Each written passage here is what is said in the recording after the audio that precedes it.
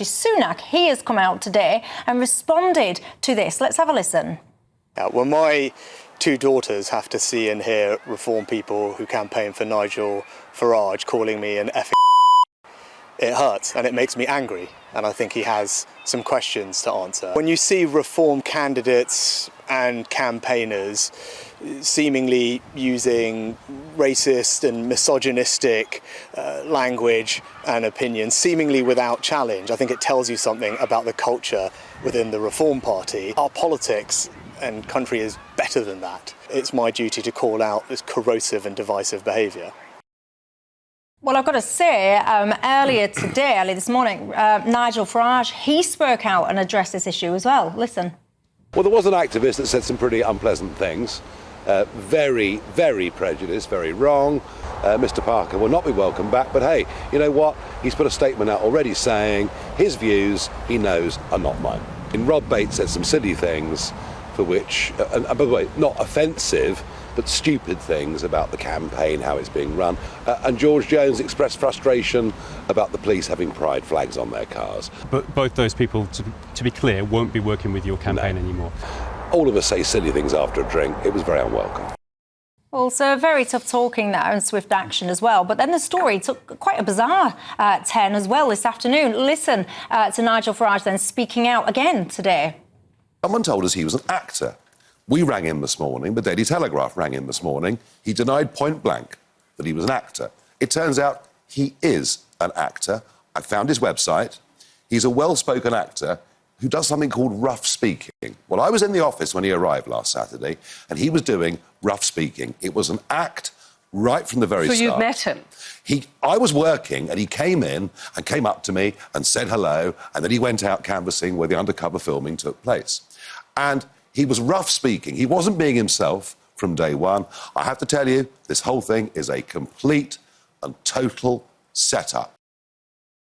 Well, obviously, it's really divided people, this issue. But I've got to say, Channel 4 News, they've issued a statement and said, "We stand strong by our rigorous and due impartial journalism, which speaks for itself. We met Mr. Parker for the first time at Reform UK Party headquarters, where he was a Reform Party canvasser. We did not pay the Reform UK canvasser or anyone else in this report. Mr. Parker was not known to Channel 4 News and was filmed covertly via the undercover operation."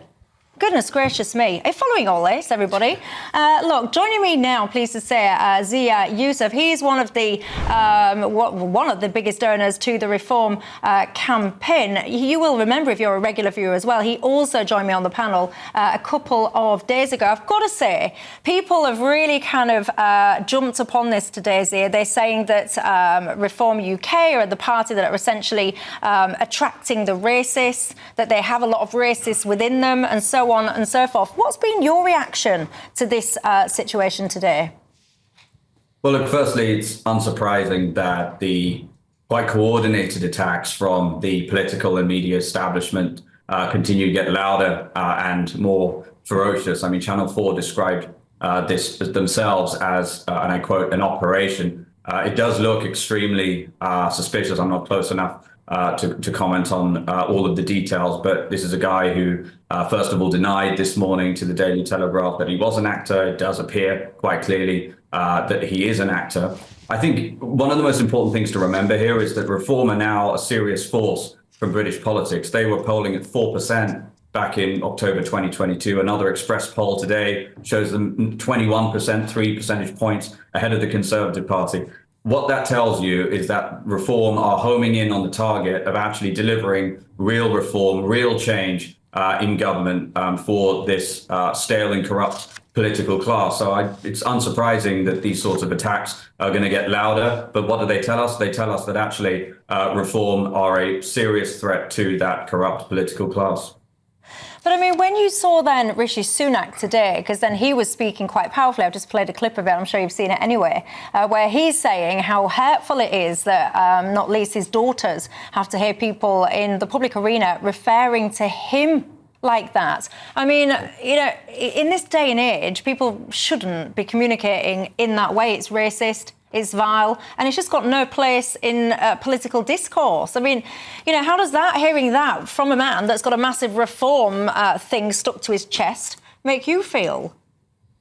Well, look, I deeply sympathise with those sentiments from the Prime Minister. I mean, I'm obviously somebody of original subcontinental descent. I have experienced racism in my life. It's deeply, deeply unpleasant. And obviously, regardless of whether what this man's origin was, this character that we see in the film, who clearly has problems, they're abhorrent remarks. But what I will say is that if you send undercover reporters determined to find witches into unvetted activists of any political party, witches will be found. And the notion that you should take the views of a one person or a tiny, tiny minority of a large group, again, this is a party that commands the support now of a fifth of the country. This is millions of people. So using those remarks in order to smear such a large section of the country, I think is totally inappropriate. It's a bogus way of looking at things. It's exactly the same kind of dishonest argument that says, anyone who is worried about climate change supports gluing themselves to roads or to spraying our priceless monuments.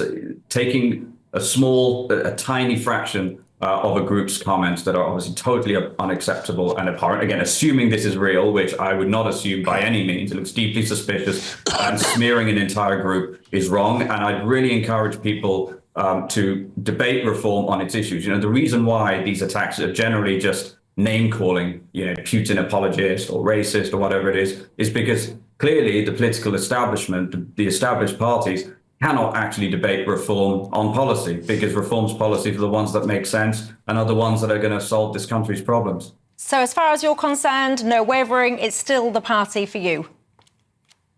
Of course. Zia Yusuf, thank you very much for your time. What do you make to this, Craig? Well, I mean, just to summarise what we've heard this afternoon, the story seems to be changing on an hourly basis. Nigel saying that this guy was an actor and it was a big setup paid for by Channel 4, and Channel 4 obviously refuting that. Now, that seems to be at the heart of this. OK, I don't know what the truth is. I'm not even going to guess what the truth is. But I will tell you what I know about the past. I was a founder of UKIP back in 1992. Nigel came along some months later. And, I'm a chartered accountant, chartered tax advisor, professional standing. Come 2005, I'm afraid just once too often we'd had some weird people come along to UKIP, and I was worried about my own professional reputation, and that really went over the edge with me, and why I left and went back to the Conservatives was that a couple of the MEPs were in prison for fraud. And I thought, you know what, enough's enough. This was meant to be a clean start in British politics. Now, I will speak as I find, and I know Nigel for a long time. He is not a racist man. So this comes up every election when Nigel puts his head up that, is there racism and the undercurrent of reform? But the truth is, you often get people, and some of their candidates have been found out to be a little bit strange, who have tried everywhere else, and they then go to the new party, the new kids on the block. And we're seeing it again with the Reform Party. We see it every time. It is pretty sad because, fundamentally, Nigel's not a bad bloke, actually. I've known him for a very long time, but it does smear them. It's an easy smear for the establishment to make. But I have to say, what I've seen in the past, there have been some odd people come and go within, the Brexit Party, Reform, and previously UKIP. But I don't know the truth on this one. It's a very good sting if Channel 4 are behind it. But I hope they haven't stooped that low. Yeah, and obviously Channel 4, just to reiterate, of course, have denied any wrongdoing. What do you think, Jeff? Well, I suspect a lot of people would think that many Reform members actually hold the views that were expressed so publicly. They might not express them in quite the public way that they were set out, but I think that an awful lot of Reform people that I've come across do have those kinds of opinions.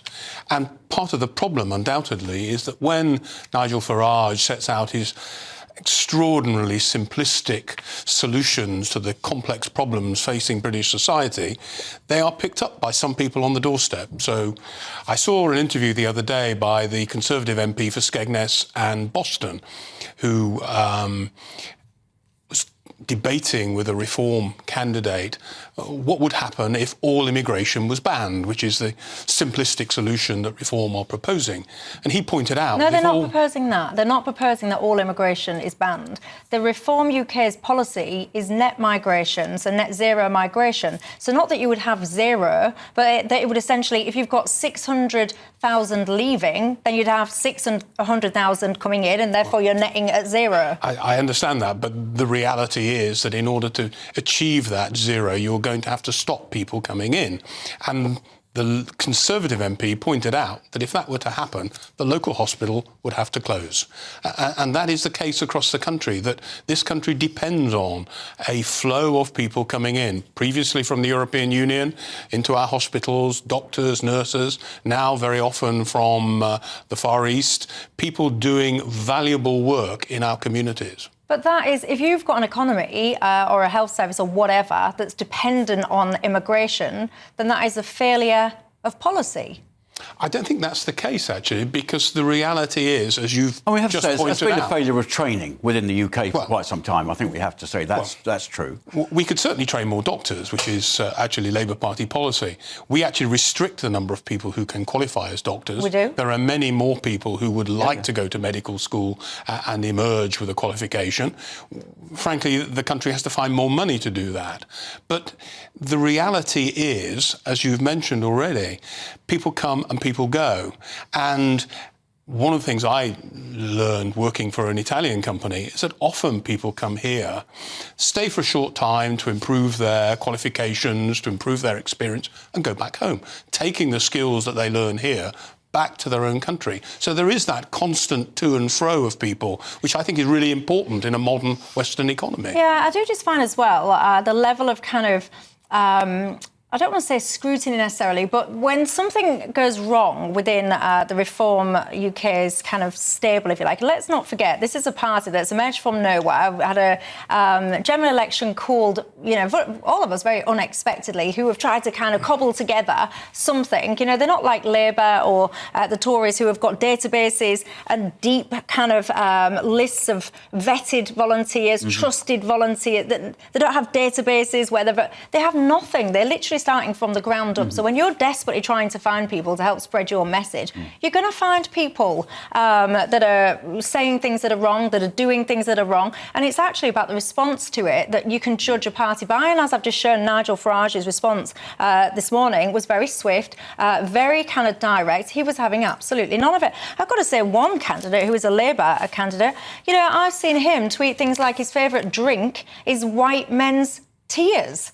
He sits there and says that he's running for black and brown people. If a Reform UK candidate turned around and said, my favourite drink is black man's tears and I'm running for the white people in the country, can you imagine that, ladies and gents? There would be absolute outrage. Look, this issue has really divided opinion, so I'll throw it over to you for the final say at home. What do you make to it all? This whole bizarreness as well about this guy, Andrew Parker. I mean, when you start digging into it, it really is very odd.